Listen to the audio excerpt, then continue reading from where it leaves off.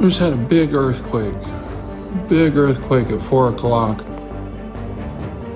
Now that is video from Fresno of the shaking felt there. Fresno is across the Sierra Nevada from the epicenter.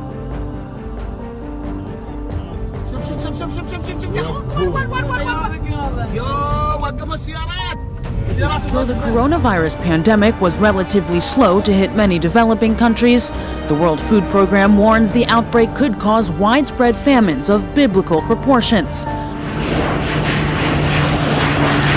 Now to Kenya, where a second wave of desert locusts has descended on East Africa. Estimates indicate that it will be 20 times worse than the swarms that made their way through the region 2 months ago.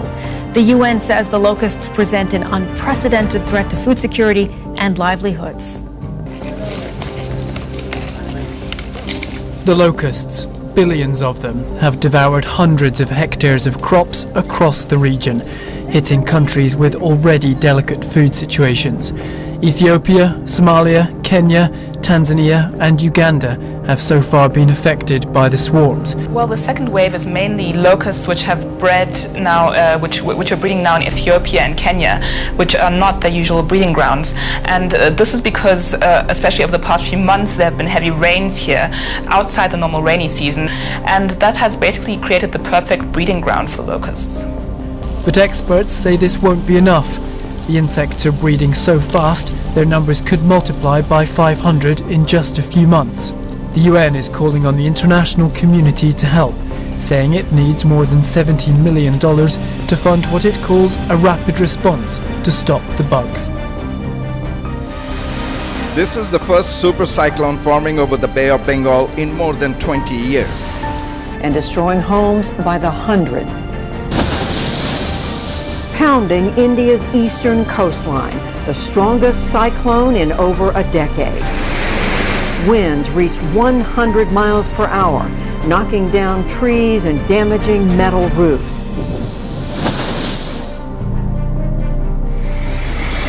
It was the strongest tropical storm on record as it tracked north through the Bay of Bengal with wind speeds of 270 miles an hour.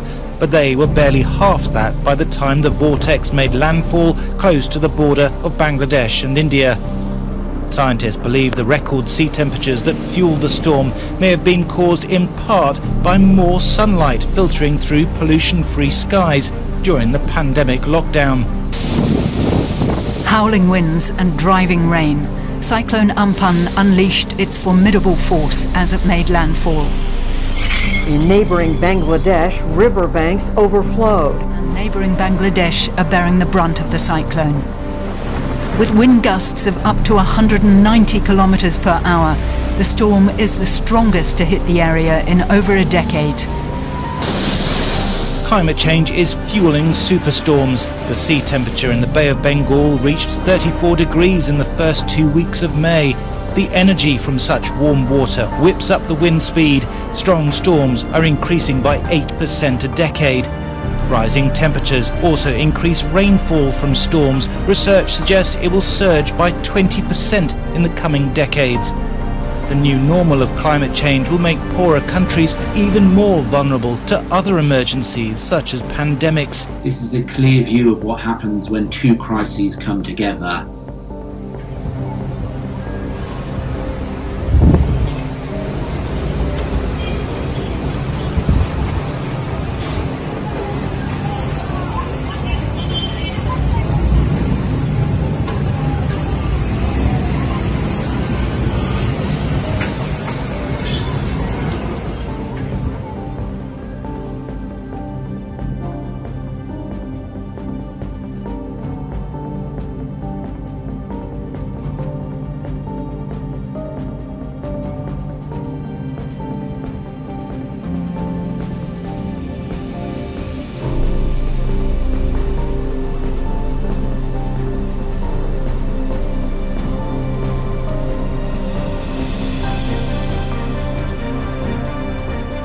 Egypt has never seen such a storm in over 2 decades. The last time a similar storm has hit was in 1994. عادل المحروي CGTN.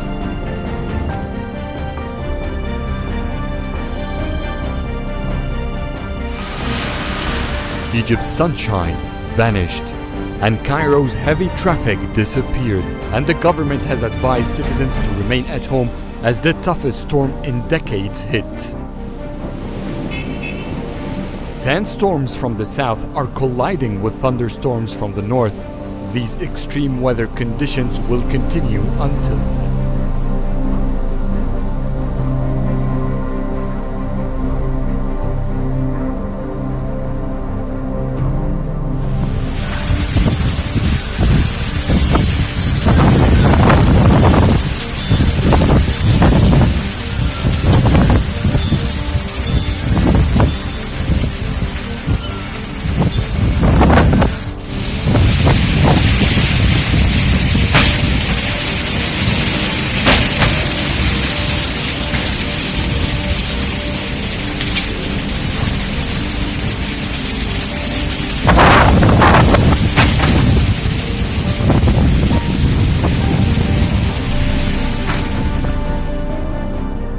Wild weather has blasted parts of the country's south and southeast and bringing powerful winds and a blanket of hail to backyards. Look at that. Yeah, oh, it's amazing, isn't it? Roofs have been torn from dozens of homes as a freak storm smashed Geelong's southern suburbs. Up to 60 properties were damaged, with weather experts investigating if it was a tornado. From a distance, it looks like a scene from a Hollywood disaster movie. But this is Warren Ponds, torn apart by a storm no one saw coming. Up to 60 homes slammed in minutes. It all happened so fast and it was like a bit of a disbelief. Is this a dream sort of a thing? Good evening. WA is on high alert tonight as an out-of-season cyclone looms off our coast, set to power a once-in-a-decade storm across the state. As we head into the first weekend of open borders between Perth and the southwest, drivers are being warned to reconsider travelling because a once-in-a-decade superstorm is bearing down. Winds up to 130 kilometres an hour and 100 millimetres of rain are forecast as it hits most of the state. The remains of a cyclone and a cold front collide. Perth's only seen a storm like this twice in 26 years. Destructive and widespread. It's due to hit on Sunday. The danger zone is where the two systems meet and the location's difficult to predict. Expect gusts up to 130 kilometres an hour, up to 100 mils of rain, waves towering more than 8 metres high. Let's bring in Shirley Biggs. And Sherry, why is this unusual for this time of year? Well, usually, Trace, we'd be experiencing the humble winter cold front at this time of year. Instead, we're dealing with an out-of-season cyclone. The last time we saw a cyclone in western waters this late in May was back in 1981.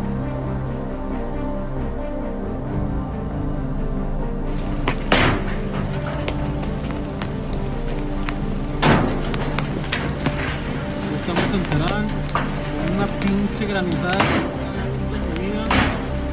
Estas madres son faltan unas pelotas de tenis. Está de la chingada. Aquí nos resbalamos arriba un cacho.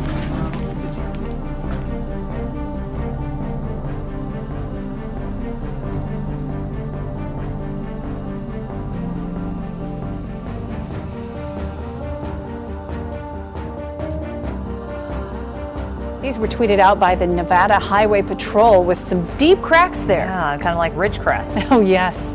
Well, overnight, the 6.5 magnitude earthquake struck just west of Tonopah.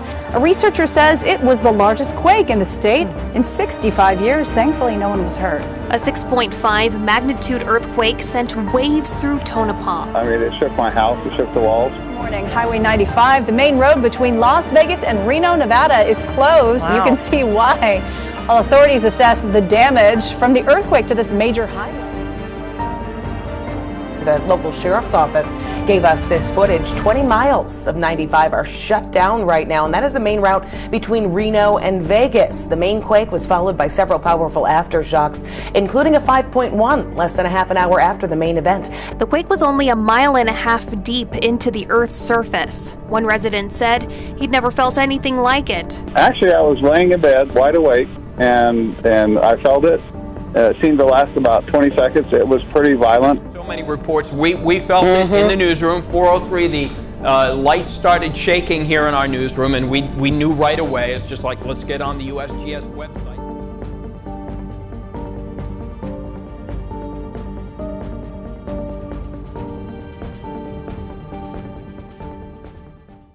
Don't forget that to contact me for any reason, you can find me on Facebook by searching for Curtis Minister Roach. Minister Curtis Roach. Or our page, the Endtime Watchman. Just leave me a message and I'll reply at my earliest. Also, subscribe to my YouTube channel and be blessed by the hundreds of videos available to you. Please feel free to share any video to help us spread the good news of Jesus Christ. You can also follow me on Twitter at Roach_Curtis. Should the Lord continue to tarry, see you next time. God bless. Sound the trumpet now. Hear the Father say, Rapture is coming. Don't get left behind. Don't get left behind. The rapture is coming. Don't get left behind. Don't get left behind.